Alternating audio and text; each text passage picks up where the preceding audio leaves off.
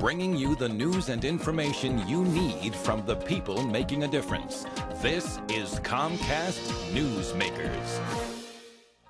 And welcome back to Comcast Newsmakers. I'm Steve Swat, and my guest this segment is Fiona Ma, member of the State Assembly from San Francisco. Thanks for being with us. Thank you. Nice to see you. You know, and welcome back. One of the great things about this program is that we get to talk about some subjects that normally aren't discussed on TV or really in the newspapers that much. You know, and in this segment, we're going to talk about a piece of legislation that you have introduced dealing with the labeling of fur products. Correct. I have a new bill that I am trying to get passed. It's AB 1656 that is going to require all garments that have real animal fur to be labeled as such. Right now, under the federal law, any product that has fur under $150 does not have to be labeled. And there's about 1 million products sold each year that have some sort of animal fur. 1 out of 8 do not have to be labeled because of this $150 threshold. And what we're trying to do is make sure that if there is real fur on a product, that it is labeled so that consumers know whether they are wearing dog or rabbits, whether they have allergies, or maybe some people who just care about animal rights, they also would want to know what they're buying. Is the real underlying goal of this legislation to get these products off the market? Not off the market, but I just think consumers have the right to know what they're wearing. Some people may not have a problem with it, and some people may. So I'll just give you a couple of examples. So right now, this product is actually raccoon dog.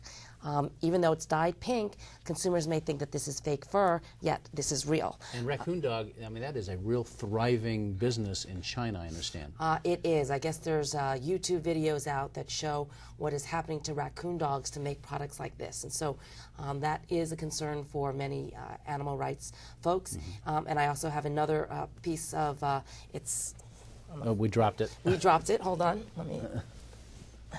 There you go. And it's a scarf. And this is actually rabbit fur, but it is not labeled as such. And so if someone buys this, they're assuming that it is fake fur. And because it costs less than $150, there's no federal regulations to label it as such. Exactly. 6 other states have passed legislation, including New York, I understand. Yes, that have banned that actually require products to be labeled as such. And these would be they would have to be labeled when they're first sold. Yes. So usually, I mean, if I have a used item and want to give it to a thrift store, for example, or... Well, I mean, exactly. So each product has some sort of label that says, hey, it's made out of, silk or spandex or polyester, and on this label it would have to say raccoon dog. I see. Yeah. Okay. The retailers, the California Retailers Association, I think they fought this type of legislation in a number of other states. Right. How are they coming down on this one so far? Well, we are talking with them.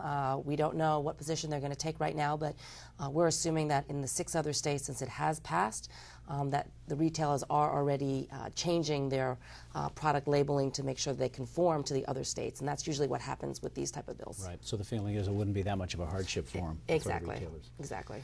Is this sort of a national movement that is starting, and it's really picking up steam in a number of other states? Well, we believe it is. This bill is sponsored by the California Humane Society.